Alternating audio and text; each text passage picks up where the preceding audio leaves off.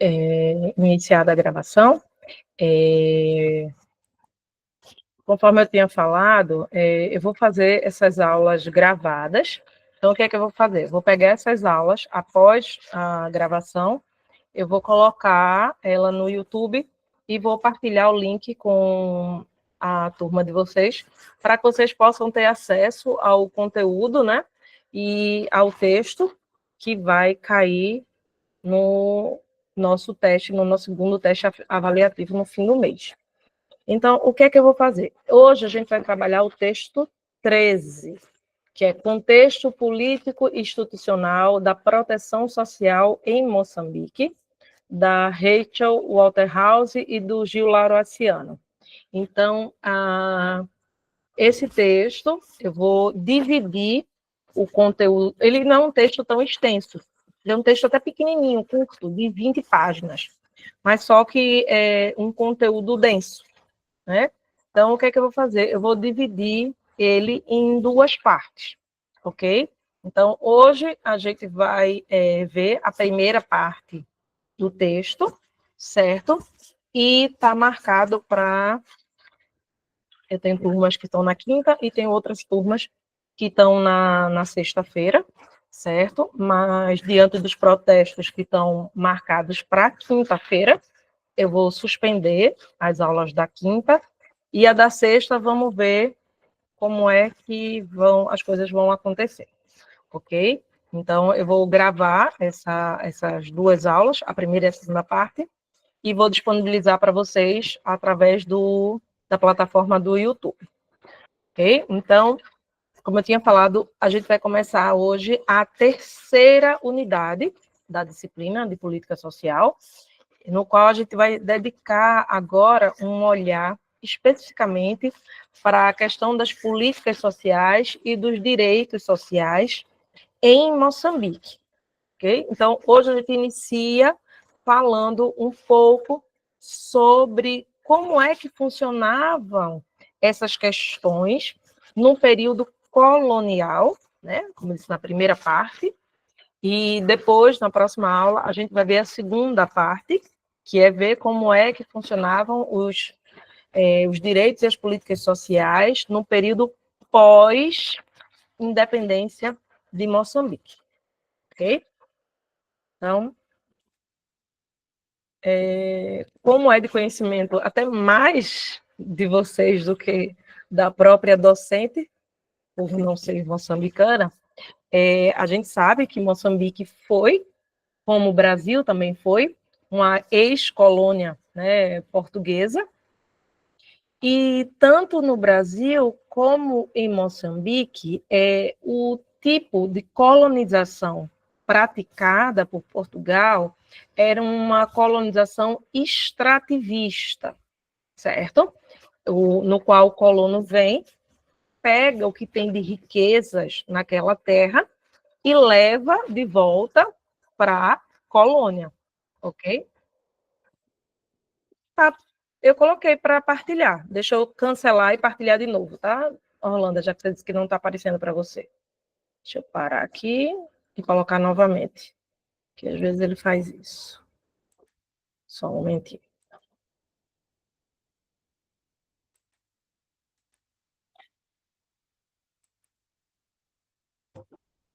Deixa as outras coisas para não ficar pesado.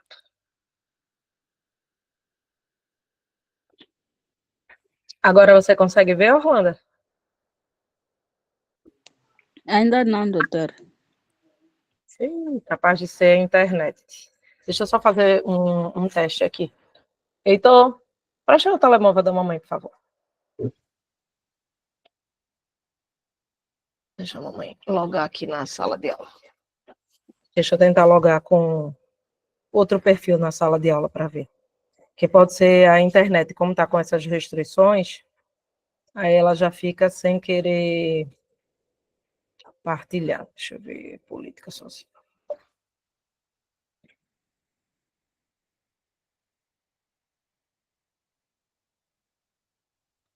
Só um momentinho.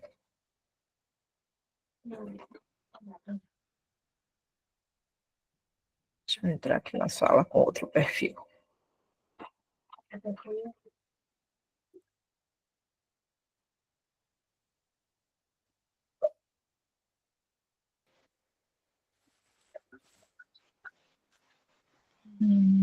Pronto, de fato. Agora vai ficar para mim ele está aparecendo.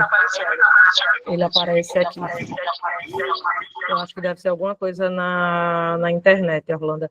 Mas, de qualquer forma, como eu vou... Ok, estou o telemóvel de volta. Como eu vou partilhar com vocês, eu vou...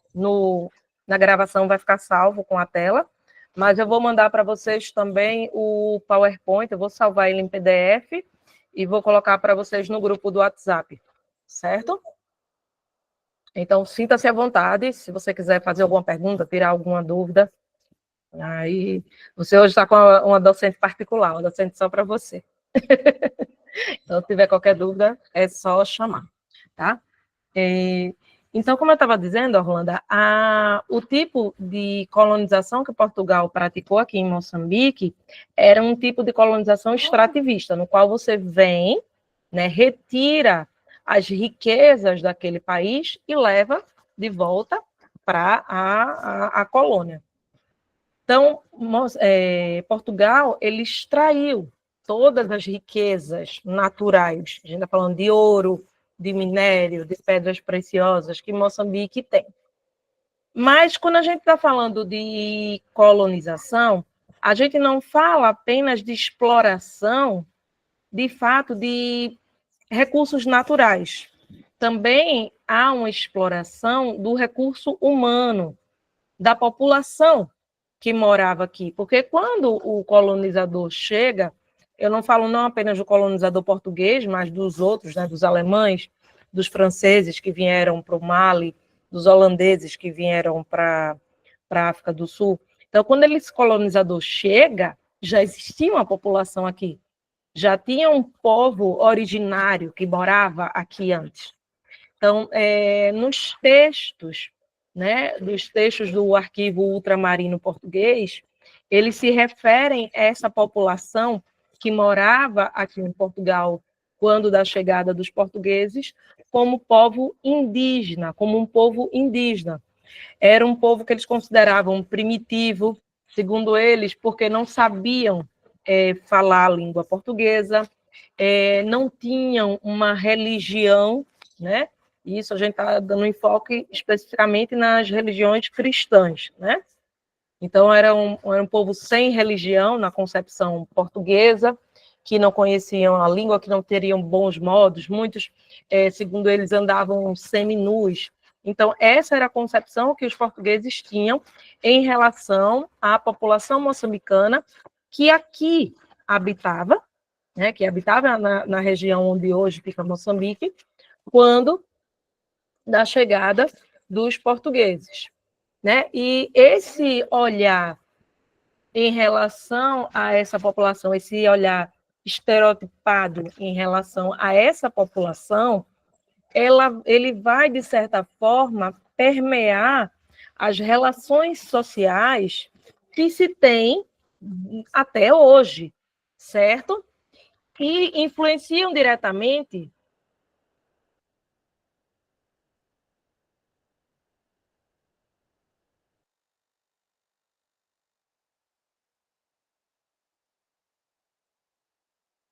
Então, essas relações vão permear o modo de vida, né, que a gente tem até hoje, principalmente quando a gente fala sobre o papel do Estado na relação de proteção da sociedade, na relação de proteção ao indivíduo, né, moçambicano.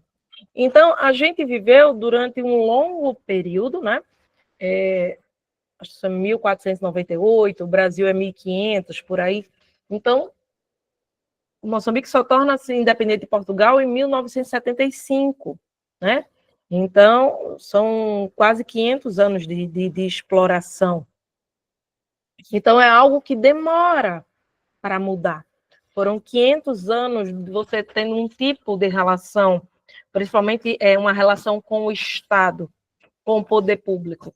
e você conseguir mudar isso do dia para a noite. Isso é todo um processo, ok? Então, primeiramente, quando a gente fala sobre essa questão desse período colonial, tem algumas questões que a gente precisa destacar, certo?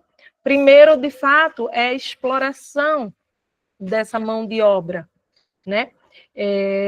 O moçambicano negro que habitava aqui quando o colonizador branco português chegou, ele foi visto como uma mão de obra a ser explorada, a ser escravizada. Então, grande parte dessas pessoas foram vendidas, né, como escravos, para trabalharem nas fazendas, tanto na América do Sul, né, principalmente no Brasil, como em alguns países ali do Caribe, né, República Dominicana, onde é o Haiti hoje, e também os Estados Unidos. Então, grande parte desses moçambicanos foram vendidos como escravos, né, para trabalhar nessas fazendas. Então, a primeira coisa que a gente tem aí é essa relação, de você não enxergar o outro enquanto uma mão de obra trabalhista, um trabalhador, certo? Porque o trabalhador, ele requer direitos trabalhistas, salário mínimo, carga horária de trabalho, licença maternidade, são direitos que o trabalhador tem. Mas você, dentro do período colonial, essa pessoa, esse ser humano, ele não era visto enquanto ser humano, enquanto trabalhador, mas ele era visto como mão de obra escrava, certo? Então, essas pessoas, elas não tinham direitos, né? Elas eram vendidas como se vende um objeto, né? Como você vai ali, Ipanema, e você compra um par de sapato. Não era assim como essas pessoas eram vendidas em feiras livres, a ver se a pessoa era forte, se não era forte, se tinha todos os dentes, se fosse uma mulher, se essa mulher estava numa idade fértil que pudesse reproduzir, como se compra uma galinha para pôr ovos. Então, essa era a concepção, a visão que se tinha, né?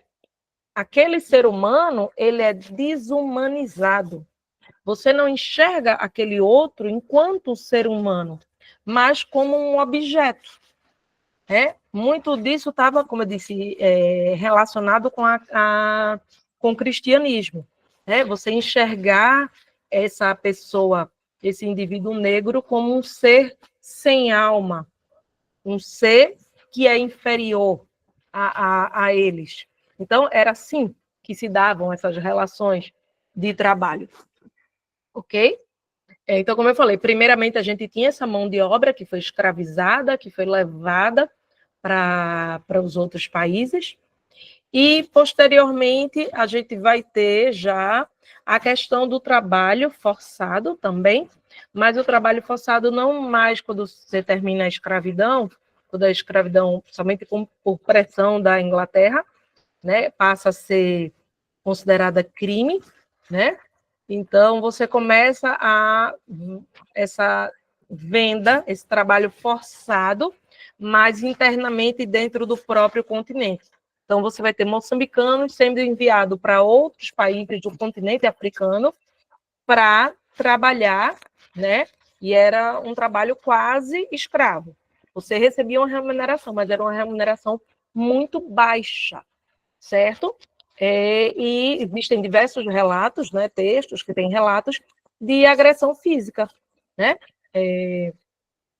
Então, mais uma vez, você vê que é uma relação, não é uma relação de trabalho, né? Boa tarde, José. Então, não é uma relação simples de trabalho, né? No qual eu vou... Boa tarde. Então, no qual eu vou, exerço a minha função, dá o meu horário de largar, eu largo, venho para casa, no final do mês eu vou receber o meu ordenado, está lá o meu olerite dizendo quanto que eu tenho que receber. Essas relações não se davam dessa forma. Eram relações bem desiguais, no qual o colono branco era que ditava as regras, as ordens, e os negros moçambicanos tinham que acatar aquela ordem dada pelo colonizador branco, né? Então, como eu falei, a questão do termo indígena. Então, esse termo povos indígenas foi muito utilizado não apenas aqui em Moçambique, mas também nas outras ex-colônias portuguesas, certo?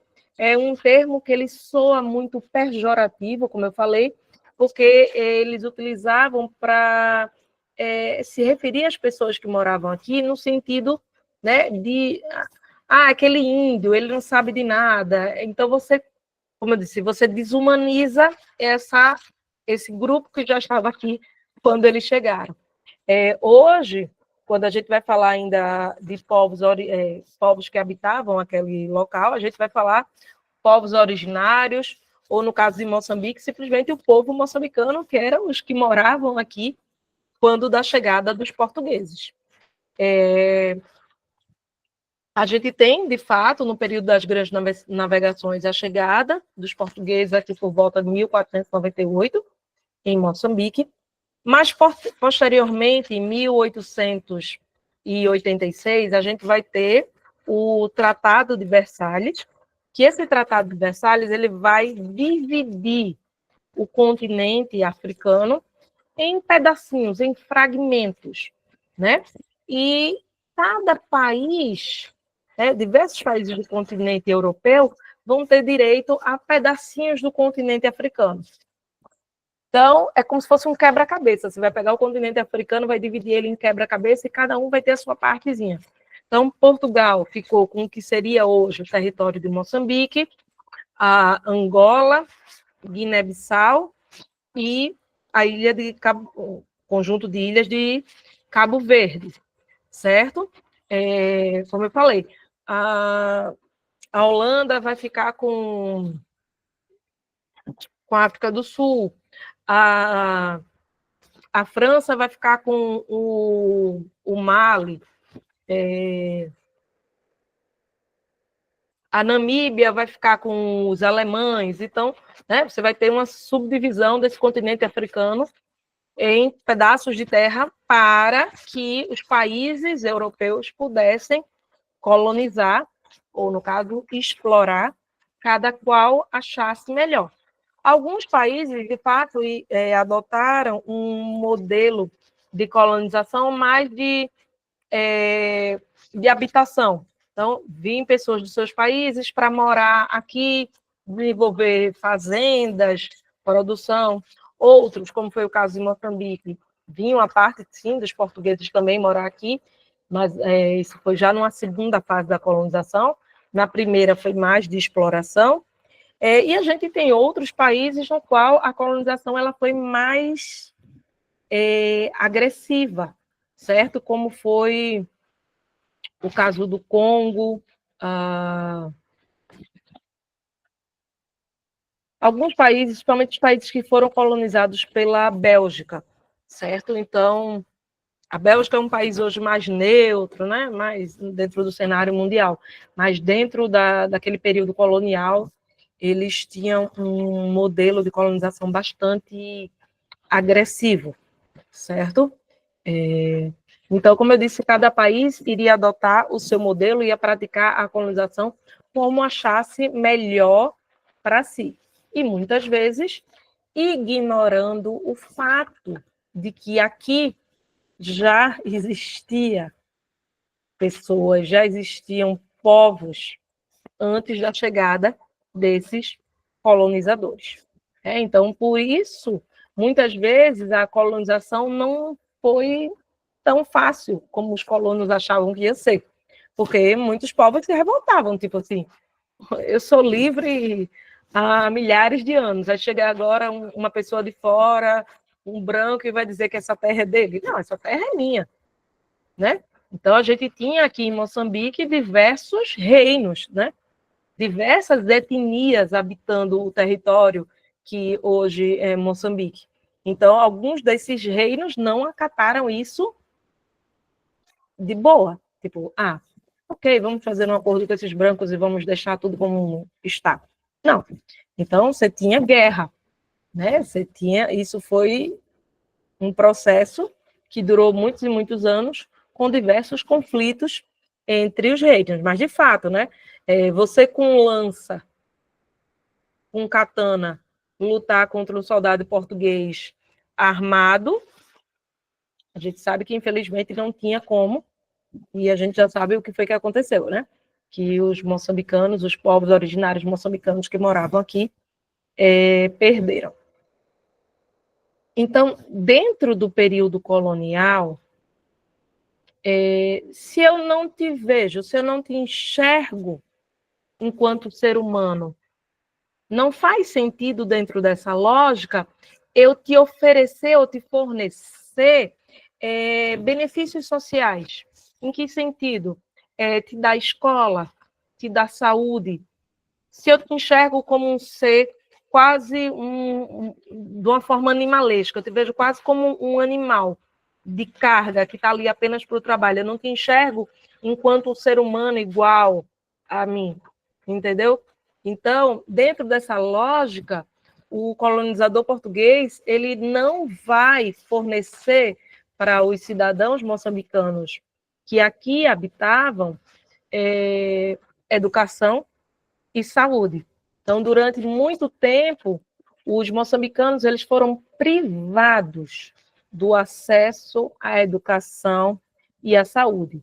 A educação e saúde aqui em Moçambique era exclusivamente para os brancos, certo? Os brancos, isso foi durante muito tempo, né? Então, como eu disse, o português, ele precisava, de certa forma, do apoio do moçambicano.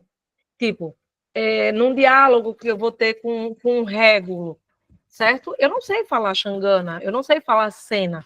Então, eu preciso ter um moçambicano do meu lado para fazer essa tradução, ou para fazer essa interligação entre o colono, né, o colono português, e esse régulo, essa comunidade, né, para que essa colonização, vamos dizer, eu quero fazer uma fábrica lá em Boane, então preciso de alguém lá de Boane que vá fazer essa interlocução para que isso ocorra da melhor forma.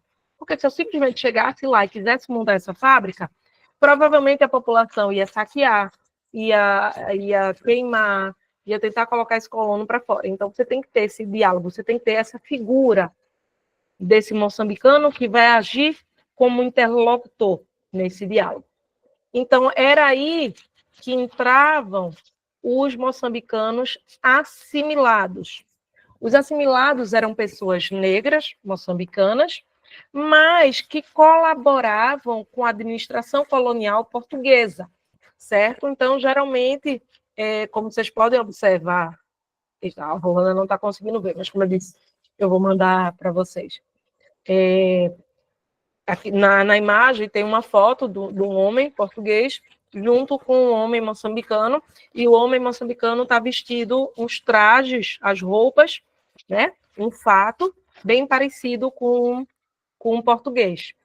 Alguns textos, quando vão falar sobre esse assimilado, assimilado é no sentido, vem do verbo assimilar, de você ver alguma coisa e você copiar. Então, alguns textos vão se referir a essas pessoas assimiladas como pessoas negras, mas que tinham hábitos culturais parecidos com os portugueses. Então, de saber falar português, de frequentar uma igreja ou católica ou evangélica, de saber, tem alguns textos que falam de saber se portar à mesa, outros textos falam de abrir mão da culinária moçambicana e começar a comer comida portuguesa, né? Então, assimilar nesse sentido, assimilar a cultura portuguesa para si, né? E imitar esse português. Mas uma questão aqui importante de destacar é, por mais que você se vista como um português, os portugueses nunca iam olhar para ele como um português, porque a cor da pele dele não tinha como disfarçar, certo? Então, sempre para os portugueses, eles iam olhar aquela pessoa de cima para baixo, de forma inferiorizada. Você pode até se vestir como eu, você pode até falar como eu, pode comer a mesma comida que eu, mas você, no fundo, é um negro. Então, era esse olhar que se tinha sobre os moçambicanos. Ok? Por outro lado, essa é a visão portuguesa. Por outro lado, algumas pessoas vão chamar essas pessoas de traidores, tal. Eu tento entender o jogo deles. Né? Você está dentro de uma sociedade, então você tem que jogar com as armas que você tem. Né? Então, muitos desses moçambicanos, eles, por estarem do lado do Estado colonial, trabalharem para a administração colonial portuguesa, eles começaram, principalmente suas famílias, terem acesso a direitos que anteriormente eram exclusivos dos portugueses. Então, acesso ao hospital, acesso à escola, ok? Então, como eu falei, durante a colonização, a primeira fase, nada, né? Depois a gente vai ter dentro da colonização, a escola liberada para os moçambicanos, mas não era uma escola no sentido aprender álgebra, aprender inglês, aprender química e física. Era o básico. Era ler, escrever, corte e costura para as mulheres, como se portar na mesa, como conversar. Muito importante, aprender a Bíblia, aprender a religião cristã. Então, essa educação ficava a cargo das igrejas católicas e das missões de igrejas protestantes. Então, era um ensino muito direcionado para o ensino religioso. Mas, lógico que essas pessoas também aprendiam a ler, escrever, matemática básica e outras coisas, certo? Quando ele vai falar aqui de acesso ao ensino, já é o ensino, já não é mais o básico, né? Você está falando do ensino fundamental, do ensino secundário e também da possibilidade de ingresso no ensino universitário, que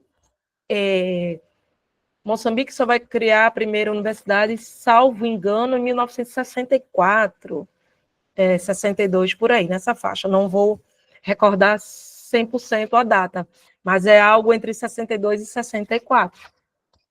Então, como eu disse, a princípio o ensino estava voltado exclusivamente para os brancos ou os negros que os pais fossem assimilados e trabalhassem para o governo português. O governo colonial português não percebeu o impacto que eles estavam, digamos assim, como a gente fala, a expressão que a gente usa no Brasil, que eles estavam dando um tiro no próprio pé ao permitir isso.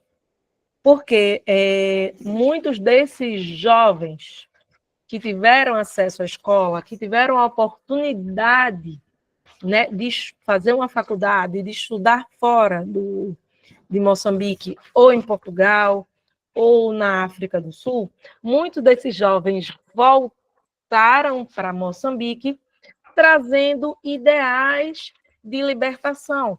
Então, ideias inspiradas no movimento Black Power que estava acontecendo nos Estados Unidos, influenciados pelo Malcolm X, né, Malcolm X, como vocês falam aqui, Martin Luther King, os textos do Frantz Fanon sobre a luta de libertação da Argélia, ok? Então, esses intelectuais, como a exemplo do próprio Eduardo Mondlane, que foi estudar ciências sociais lá na África do Sul, eles voltaram para Moçambique com a cabeça lá fervendo de ideias sobre a libertação. E começaram aos pouquinhos espalhando esses ideais de libertação aqui dentro de Moçambique. Então, como eu falei, eles não perceberam que ao permitir o acesso desse jovem moçambicano ao ensino superior, eles estavam instrumentalizando esse jovem para que esse jovem voltasse e organizasse aí sim a luta armada, a luta de libertação de Moçambique, que foi o que aconteceu posteriormente, né? Como a gente bem sabe, em 1975 a gente vai ter a independência de Moçambique, né? Moçambique vai se tornar independente de Portugal.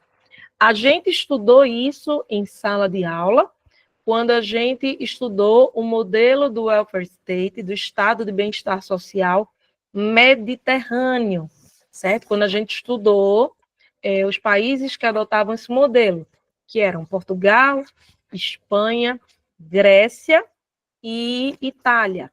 Então, a gente viu, quando a gente estudou Portugal, que Portugal vivia sobre um regime ditatorial, né, do Salazar, e que a gente tem, em 1974, né, a Revolução dos Cravos, a derrubada do regime ditatorial em Portugal.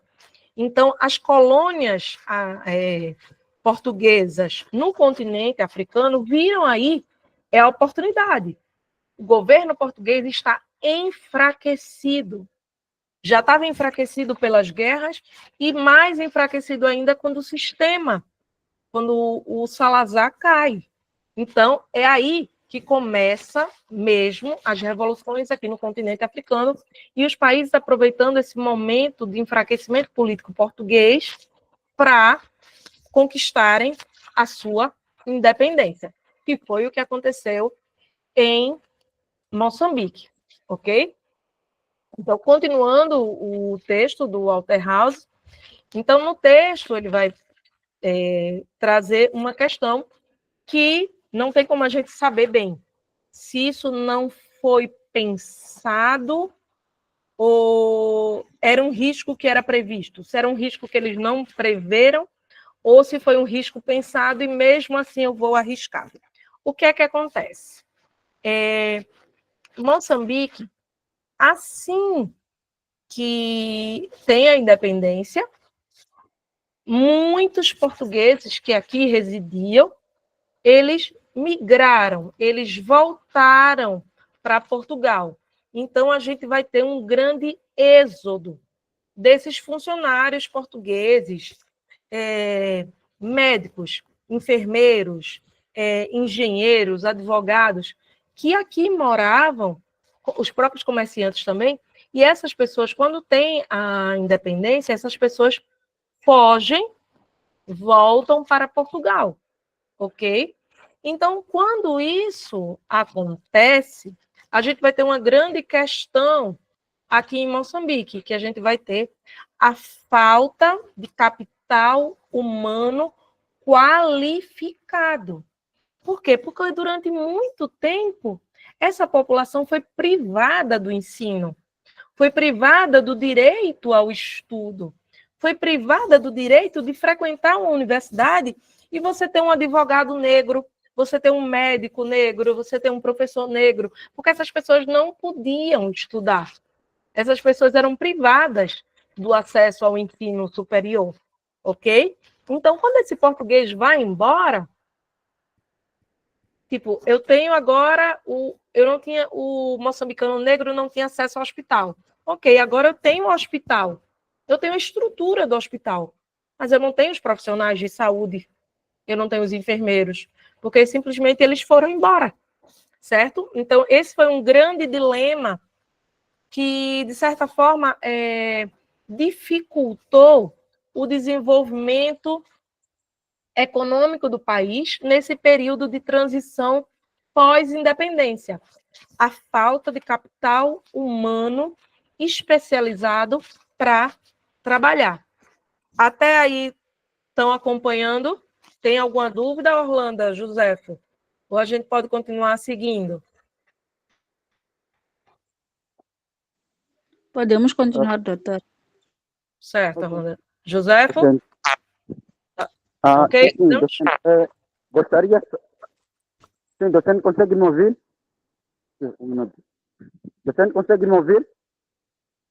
Consigo sim. Sim, sim. Gostaria de saber quais eram os requisitos que quais são os requisitos que um moçambicano podia ter para ser um assimilado, por exemplo? Porque esteve aqui a docente a explicar que existia alguns assimilados moçambicanos que vestiam, se comiam, comportavam-se como um português. Mas para pertencer, para ser um assimilado ou para estar junto, ligado aos portugueses, quais eram os requisitos? Eles escolhiam aleatoriamente ou as pessoas se voluntariavam? Era mais ou menos isso a minha dúvida. Não, José, de fato, não era uma questão meio de voluntariado. É assim, essas relações vão se dando no dia a dia. Então, digamos, eu sou um empresário português e eu tenho uma pessoa da minha confiança, certo? Então, quando você precisa resolver alguma questão territorial, você vai pegar aquela pessoa que é da sua confiança, que vai estar do seu lado no dia a dia, e você vai levar essa pessoa. Então, vai começando assim, esse processo, né? Hoje vocês podem chamar de, de lambe-botas, mas começa por aí, né? Sempre é isso, você vai ter aquela pessoa de confiança do seu lado para ir trabalhando. Muitas dessas pessoas, de fato, principalmente quando a gente vai falar em relação aos régulos, isso não era do dia para a noite. Isso eram pessoas que já trabalhavam, né, para o sistema colonial português durante muito tempo, né? Então, tipo assim, o meu avô podia ser um régulo. Então, algumas pessoas vão olhar para essas pessoas como traidores, né? Traidores da pátria. Outras pessoas vão olhar, não, mas eles estavam pensando na sua família. Geralmente, essas pessoas que trabalhavam para a administração colonial, essas pessoas tinham casa, né? Existia uma regra naquela época que os moçambicanos negros não podiam construir casas de alvenaria, de tijolo, de bloco, como vocês chamam aqui, né? A gente chama de tijolo, de bloco. Então, só os portugueses poderiam construir. Então, essas pessoas que trabalhavam para a administração colonial, elas tinham, a casa pertencia ao governo, ok? Mas eles tinham o direito de residir naquela casa. Então, eles tinham uma série de privilégios. Mas, lógico, que eles estavam ali, muitas vezes, nesse diálogo, no diálogo, não era para beneficiar a população moçambicana. Eu sou igual a você na cor da pele, mas eu não me enxergo igual a você. Eu vou me enxergar mais como os portugueses. Então, os portugueses me dão emprego, os portugueses me dão estabilidade, eu tenho uma casa, eu tenho um carro.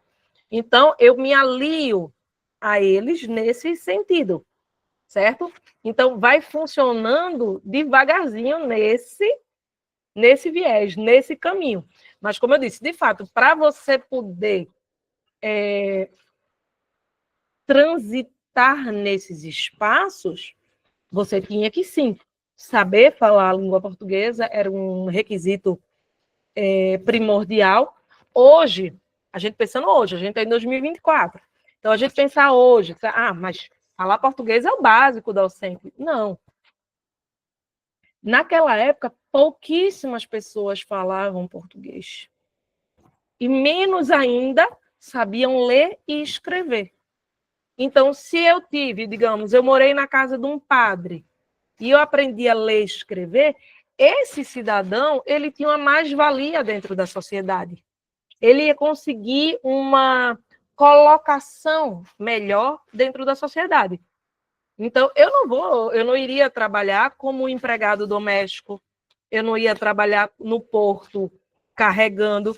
Você pensar dentro dessa lógica, vamos dizer, o exemplo do porto.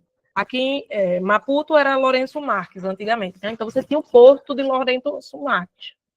Então, chegavam as mercadorias e as pessoas, os homens, iam para lá, para o porto, para se oferecer para trabalhar carregando, descarregando o barco e levando no que seriam hoje as chova, né? A chova, o carrinho. Então, em troca de moeda, de um trocadinho pelo dia de trabalho. Você tem esse moçambicano.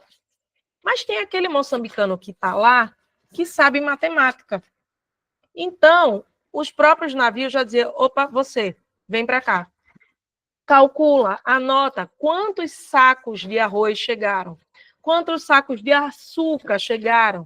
Então, essa pessoa que tinha um mínimo de conhecimento de matemática, de português e da escrita, ela tinha uma melhor colocação. Então, já se sabia disso? Então, vamos dizer, José sabe ler, escrever, ele é bom de matemática, ele consegue, né, quando o barco chega, ele já vai organizando. Então, quando chega um barco, quem é que eu vou chamar? Eu já chamo José. E você vai ao ponto que quando chegar lá na frente, o Joséfo já está trabalhando dentro da capitania dos portos. Então, era assim, mais ou menos, que a coisa funcionava, certo? Era nesse sentido de pessoas que tinham uma capacidade maior, mas também tinha essa questão dessas relações sociais, né? De, tipo, a gente chama no Brasil de apadrinhamento, né? Então, eu sou uma portuguesa, eu tenho o meu comércio e eu já vou indicar. Olha, general fulano, eu tenho o Joséfo, que é um menino que trabalha aqui na minha casa, é um menino que sabe fazer, que sabe se portar, dê uma oportunidade para ele. Então, a gente chama isso no Brasil de apadrinhamento.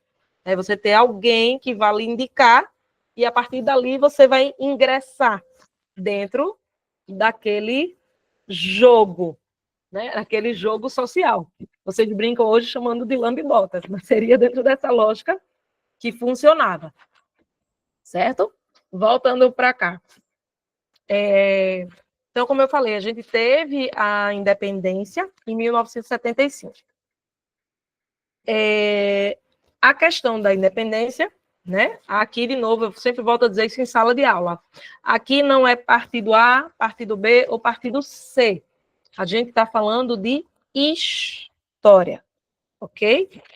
Então, dentro da luta de libertação lá em 1975, né, a gente ia ter a participação da Frelimo, né, do Partido Frelimo, né, que tendo o Eduardo Mondlane como seu primeiro presidente do partido, o Samora Machel, que se tornou o primeiro presidente de Moçambique. Então, como eu disse, aqui não é partido A ou B, a gente está falando da história de Moçambique, certo? Então, dentro desse contexto histórico, então, a Frelimo, ela promoveu, nesse período pós-independência, o que a gente chama de nacionalização.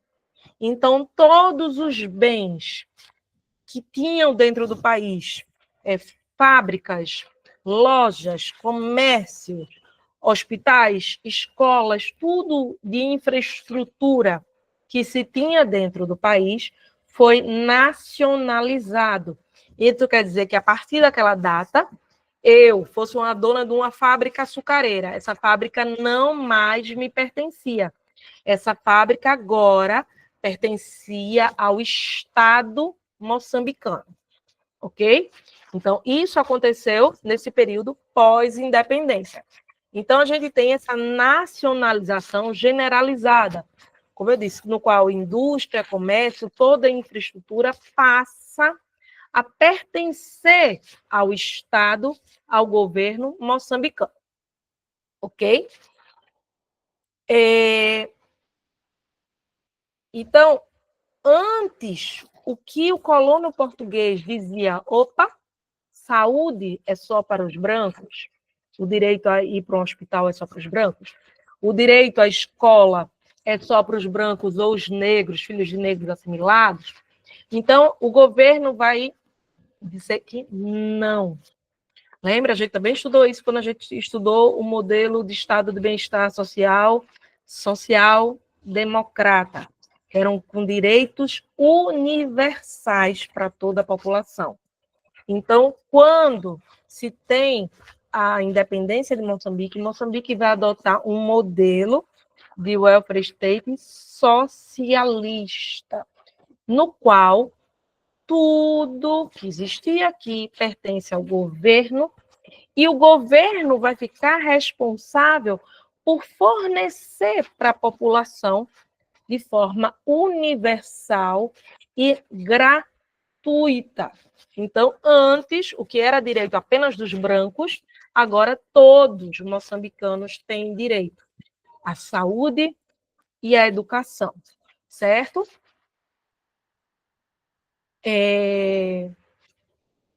Isso também aconteceu com algumas escolas que pertenciam às igrejas, né?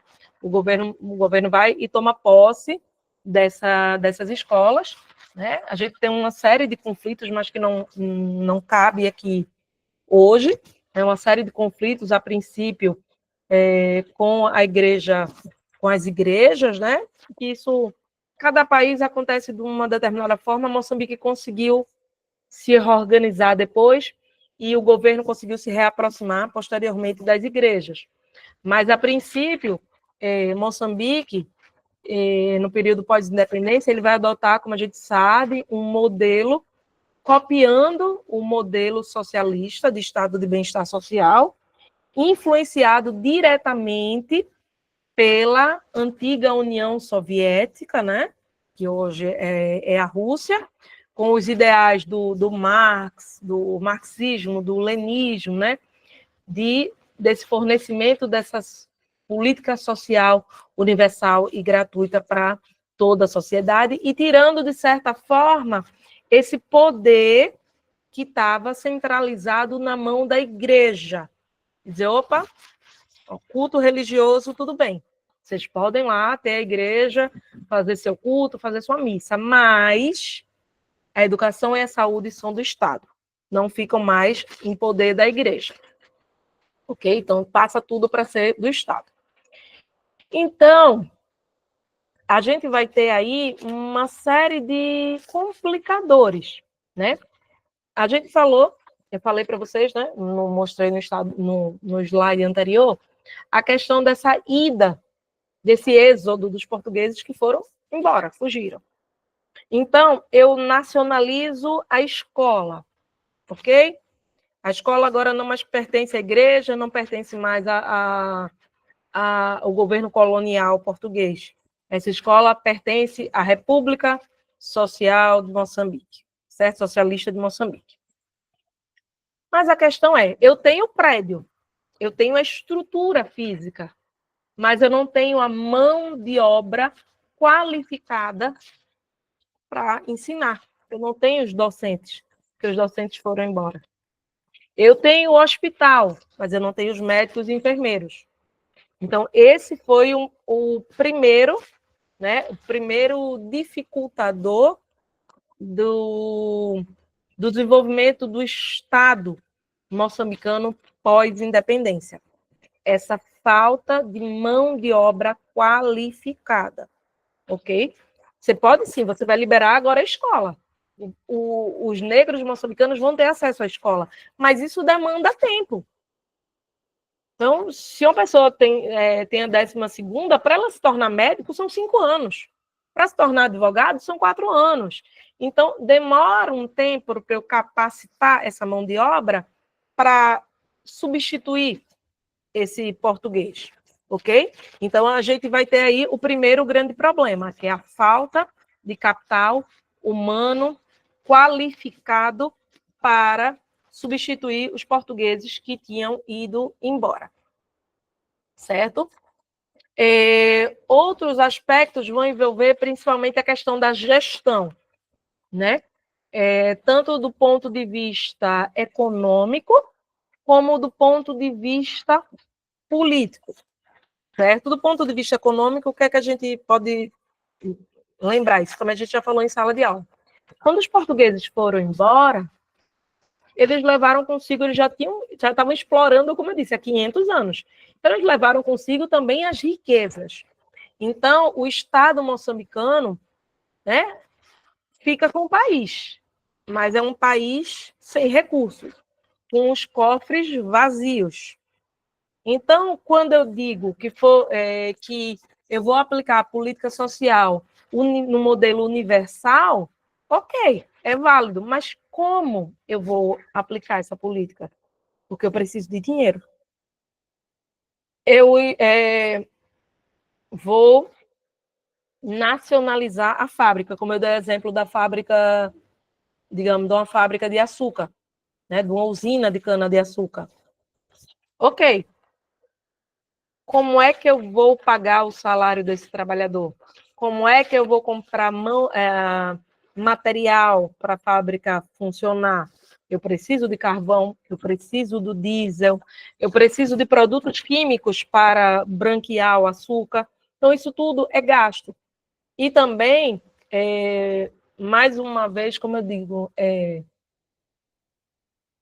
às vezes a gente quer mudar, e a gente quer mudar rápido. E a gente, às vezes, dá um passo maior do que a perna, né? Deus foi muito sábio quando fez o ser humano. Então, a gente nasce um bebezinho e demora 18 anos para chegar na vida adulta. Então, a gente primeiro vai aprender a gatinhar, para depois aprender a ficar em pé, para depois andar, para depois correr. Então, são fases, são etapas do desenvolvimento humano. Então, com a política também é assim. O problema é que esse bebezinho aqui, que era o Estado-nação moçambicano, eles quiseram pegar esse bebezinho e botar para correr, entendeu? E ele não deu conta. Ele deu um passo maior do que a perna. Então, ele precisava primeiro gatinhar, para depois andar, para depois aí sim correr em direção ao desenvolvimento. Não sei se vocês conseguem perceber, certo? Então, quando esse bebezinho lá, o Estado moçambicano, começa, eles tentaram criar, o povo passava fome. Então, vamos nacionalizar as fábricas, vamos produzir pão, vamos produzir açúcar, vamos produzir óleo e vamos dar à população com um preço de baixo custo. Certo? É uma ideia válida?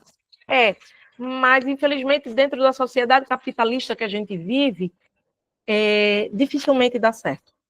Todos os países que adotaram modelos socialistas acabaram não dando certo, ou tendo que regredir, tendo que se adaptar a esse modelo. Por quê? Porque para a fábrica gerir, ela precisa de dinheiro. Então, por mais que eu quisesse, enquanto trabalhador, né, que Moçambique desse certo, mas eu também queria o meu salário. Então, aí as pessoas começam, peraí, mas quando eu era o português, eles podiam até ser grosseiros, ser chatos, exigentes, mas eu recebia mal, né? Mal, mas recebia meu salário. Então, por que agora eu vou trabalhar para o meu próprio país, para o meu próprio estado e não vou receber? Entendeu? Então, como eu disse, o Estado acabou dando um passo maior do que a perna. Então, eles não tinham recursos financeiros, eles não tinham mão de obra qualificada. E outra coisa, outra questão que dificultou essa gestão econômica e política desse Estado que tinha acabado de nascer, são os embargos, que é o que dizem até hoje em relação a Cuba, né? Cuba até hoje é uma república ainda socialista e que sofre embargos, né, do governo norte-americano por ter apoiado a Rússia na época da Guerra Fria, né? Então, muita gente diz que o socialismo não dá certo. Aí tem gente que diz, mas Cuba não tem analfabeto, Cuba forma muitos médicos, tal. Aí a pessoa diz, mas Cuba, de fato, Cuba você vive, ninguém... Vou dizer assim, as pessoas morrem de fome em Cuba? Não, não morrem. Porque o governo, ele dá, mas o governo dá um limite, porque, digamos assim, se ele produz 50 toneladas de óleo de cozinha, eu não posso ficar com 10 litros de óleo e a Orlando ficar com 1 litro de óleo. Então, dentro do governo socialista, cada família vai ter direito à sua quantidade de acordo com o seu agregado familiar. E isso é dividido, certo? Mas, nesse sentido, tem esse lado bom. Ninguém vai passar fome, ok? Mas também vai ter os dificultadores. Porque, digamos, sei lá, eu posso querer fazer gostar de batata frita e querer fazer batata frita todo dia, mas eu não vou ter óleo para fazer batata frita todos os dias, porque eu tenho um limite X por mês que eu posso gastar. Então, o Estado, ele dá, mas o Estado tem que controlar isso em quantidades de forma que todos possam ter, de forma igualitária, que essa é a lógica do Estado socialista, é que todos tenham. Ou seja, não vai ser todo mundo rico, mas ninguém vai ser miserável, certo? Então, todo mundo vai ter um pouquinho. Então, o governo moçambicano tentou fazer isso. Então, você tinha distribuição de pão, né? Eu não sei se vocês já tiveram a oportunidade de conversar com as avós de vocês sobre isso, mas minha sogra dizia, né? Que passava horas na fila do pão para ganhar, no caso dela, 4 pães, né? Então, o governo dava o pão, mas você tinha aquelas limitações, né, de quantidade, né, a dificuldade de acesso à energia. Então, muitos vão colocar, mas piorou um pouco a situação. Por quê? Porque, como eu disse, você tem um novo país, um país livre, democrático, né? Mas você tinha um país sem dinheiro, um país falido. Então, eu sempre brinco isso com vocês. Você gerir uma casa com uma renda mensal de 200 mil meticais é fácil. Agora, você gerir uma casa com a renda mensal de 5 mil meticais, aí você tem que literalmente fazer milagre, né? Hoje eu como ovo, hoje eu como arroz com tsek, então é assim que funciona. Porque aquele dinheiro não dá para passar um mês. Então a gente tem que fazer um milagre para ninguém morrer de fome dentro de casa. Então era dentro dessa lógica que o Estado funcionava naquela época. O Estado tinha que funcionar com o mínimo que eles tinham. E o que eu estava falando em relação a Cuba era a questão dos embargos, que muita gente fala que Cuba não consegue avançar mais por conta dos embargos que os Estados Unidos têm contra o governo cubano. Então, Moçambique também passou por esse tipo de complicador. Por quê? Era como se Moçambique fosse um mau exemplo. Todos os países em torno de Moçambique ainda viviam sob regimes coloniais. E Moçambique conseguiu sua independência. Então, a gente sempre olha para a grama do vizinho e diz, poxa, a grama do vizinho está mais verde do que a minha, não é assim que funciona? Então, o medo que esses países tinham é que a sua própria população olhasse para Moçambique e dissesse, poxa, mas a população moçambicana se juntou e conseguiu derrubar o colonizador português. Se a gente fizer isso aqui, a gente se organizar direitinho, dá para fazer o mesmo aqui, entendeu? Então, para esses países, para essas que viviam principalmente sobre um regime do apartheid, né? Essa segregação racial entre brancos de um lado e negros do outro, para esses países não era interessante que Moçambique prosperasse. Porque se Moçambique prosperasse, Moçambique começasse a se desenvolver, ia ser um mau exemplo. Os outros iam ver e dizer, eu quero isso para mim. Eu vou fazer a revolução aqui também. Então, Moçambique começou a ser... o governo moçambicano começou a ser minado, destruído aos pouquinhos pelos governos da Namíbia, da África do Sul. Então, por onde é que você começa? Eu sempre falo para vocês, por onde é que a gente começa a revolução? Vocês são militares, mas pelas Forças Armadas. Não. A revolução começa aqui, ó. A gente aprendeu lá com Eduardo Mondlane. Então, a revolução começa aqui. Onde foi que o governo do apartheid sul-africano começou a destruir Moçambique? Matar o Eduardo Mondlane. O que é que incomoda mais? Um general ou uma professora universitária? Por que eles começaram a matar? O regime sul-africano começou a matar professores da UEM, porque esses professores estavam capacitando estavam formando médicos, estavam formando enfermeiros, estavam formando engenheiros, estavam formando advogados negros moçambicanos. Então, foi por aí que o regime do apartheid começou, né? Professores da UEM recebendo bombas, cartas-bombas, sendo assassinados, como foi com Eduardo Mondlane, como foi com a Ruth First. Professores recebendo carta-bomba sendo assassinados dentro da própria UEM. Porque, como eu disse, para o governo do colonizador, não era viável, não era satisfatório que Moçambique prosperasse. Então, eles começaram a minar, certo? Destruir as relações. A mesma coisa acontece com a questão da guerra civil, né? Então, percebendo que havia um racha interno entre o braço militar e o braço intelectual da Frelimo, foi aí que o governo do apartheid entrou. E o que estava... Sabe aquele vidrinho que está com aquela rachadurazinha? E eles pegaram e pá, partiram? Foi isso que aconteceu. Então, o governo sul-africano começou a minar.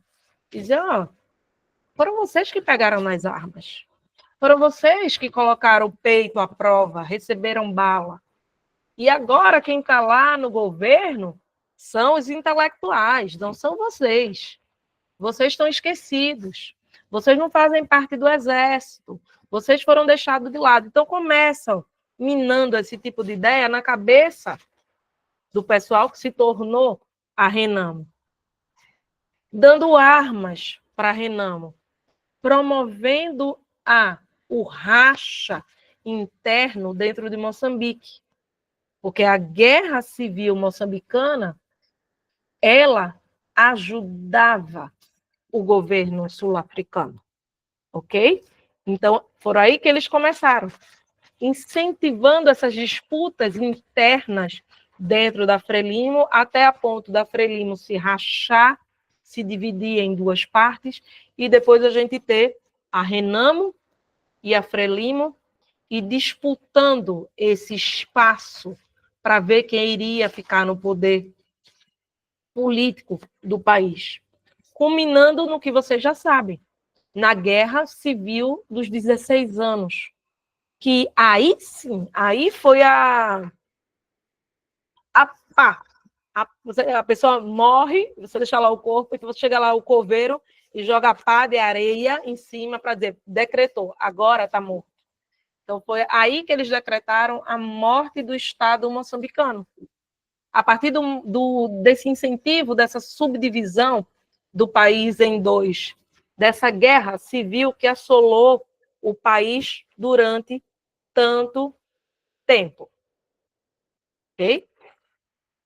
Vamos continuar e também finalizar. A gente vai encerrar a aula nessa parte da guerra civil e na próxima aula, que seria a aula que a gente falaria sobre o período pós-guerra civil, quando o governo moçambicano começa essa reestruturação, essa organização do Estado moçambicano e da criação das primeiras políticas sociais. Então, como eu disse, esse texto, a gente vai subdividir o texto do Walter House em duas partes, essa primeira parte e essa segunda parte que vai falar das políticas, certo? Então, eu comentei, Josefo, com a Orlando no início, que eu vou colocar essas aulas estão sendo gravadas, então eu vou colocar essa primeira e a segunda parte da aula lá no YouTube e vou mandar o linkzinho para vocês, são 5 turmas de política social, então vou mandar os links para vocês, para que vocês possam assistir essa aula no horário que for mais conveniente para vocês. E também vou mandar o PDF com o PowerPoint para vocês. Como eu disse, isso vai ser assunto do nosso teste no fim do mês, na última semana de novembro, ok? Então, para encerrar essa primeira parte do texto 13, certo? Então, a gente vai ter o Estado moçambicano sendo muito marcado por essas questões da guerra civil. Então, a gente vai ter a guerra civil, né?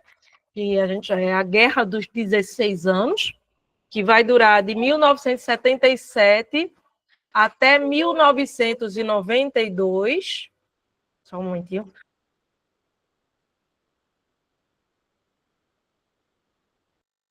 Então, vai durar de 1977 até 1992, quando a gente tem, né, a entrega das armas, a assinatura do Acordo de Lusaka, do Acordo de Paz, né, para dar o fim na guerra civil em Moçambique. Mas, apesar dessa assinatura desse Acordo de Paz em 1992, isso é muito recente, 92 vai dar o quê? 32, né? 32 anos. Então, é algo muito recente ainda, principalmente quando a gente fala de história e quando a gente fala de economia, principalmente, porque esses avanços são avanços, como eu disse, que são passinhos, step by step, é devagarzinho, né? Então, a gente tem, hoje mesmo a gente teve, né, a passeata dos médicos, da Associação de Médicos Moçambicanos.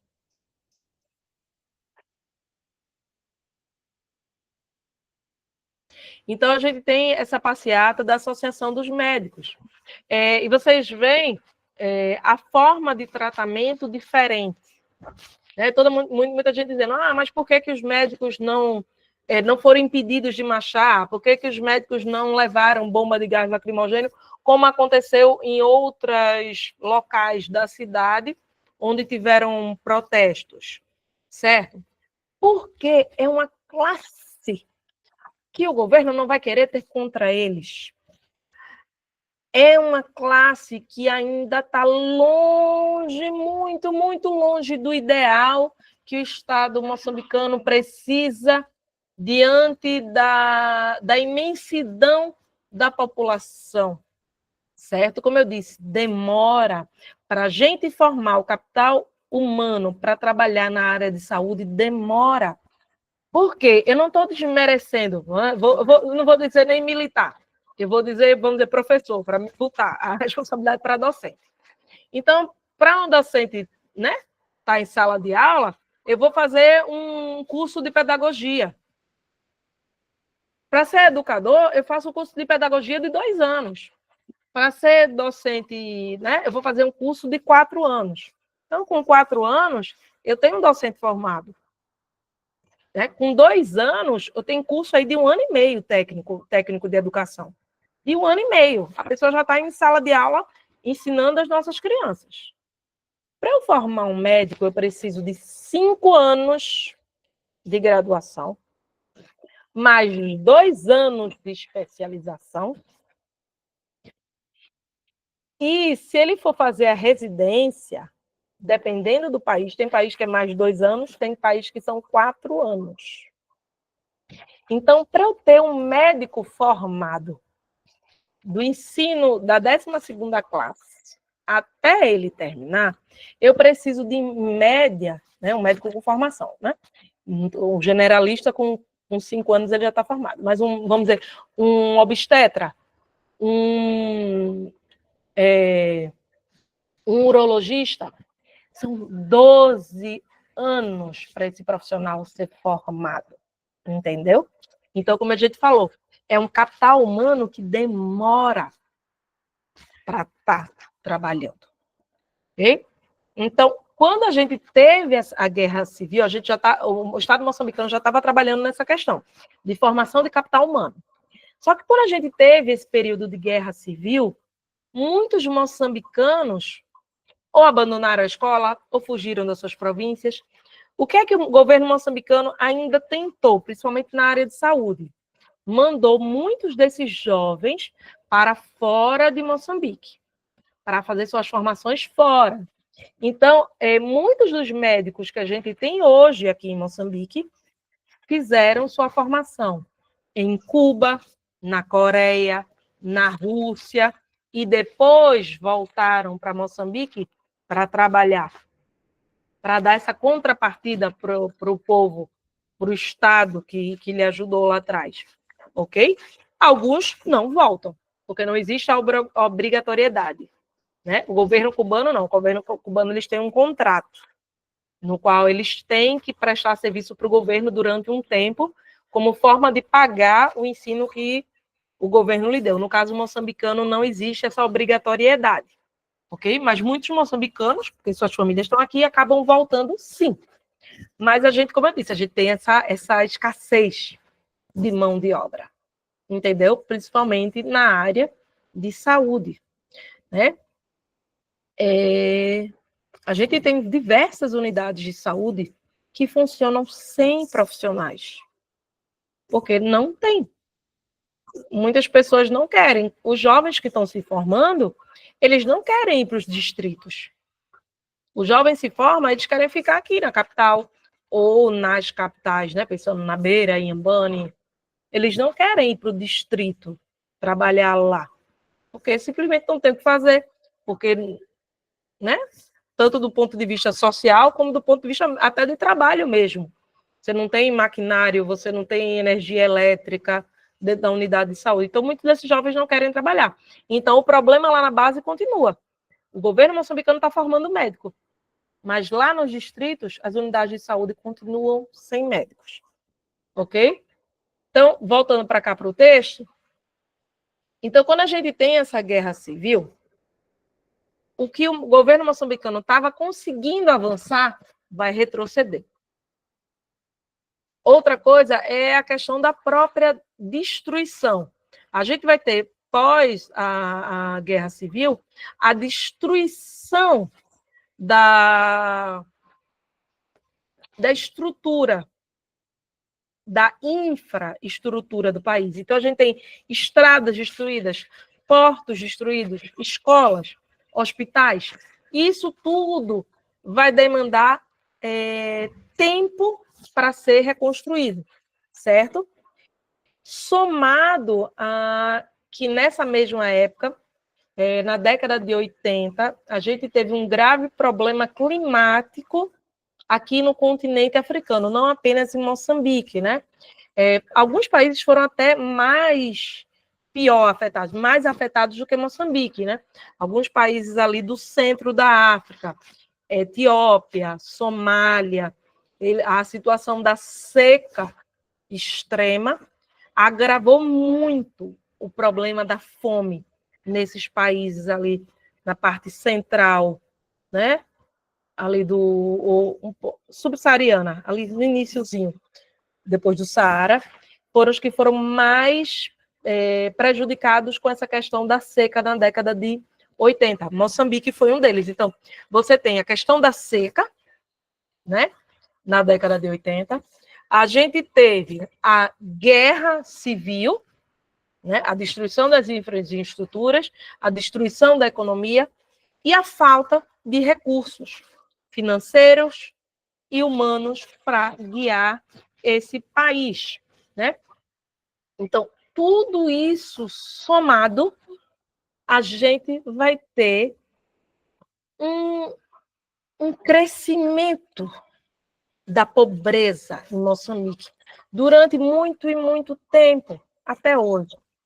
Moçambique fica sempre entre os piores IDHs do mundo. IDH é Índice de Desenvolvimento Humano, certo?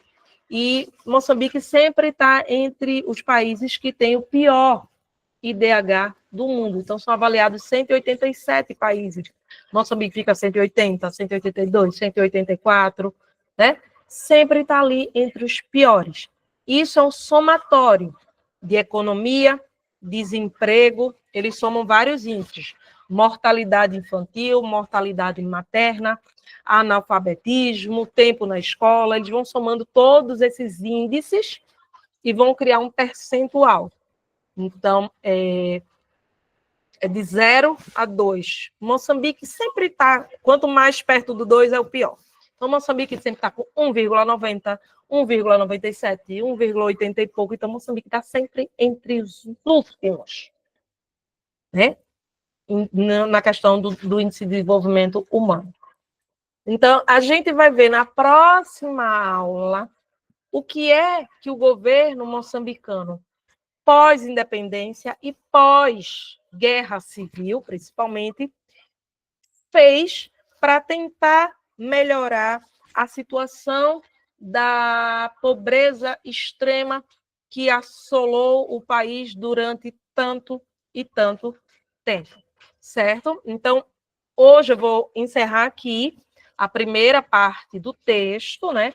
Primeira parte do texto 13, e na próxima aula a gente continua com a segunda parte no texto, quando a gente vai ver as políticas sociais que o governo moçambicano desenvolveu para tentar reduzir a pobreza extrema no país, tá certo? Deixa eu só finalizar aqui a gravação.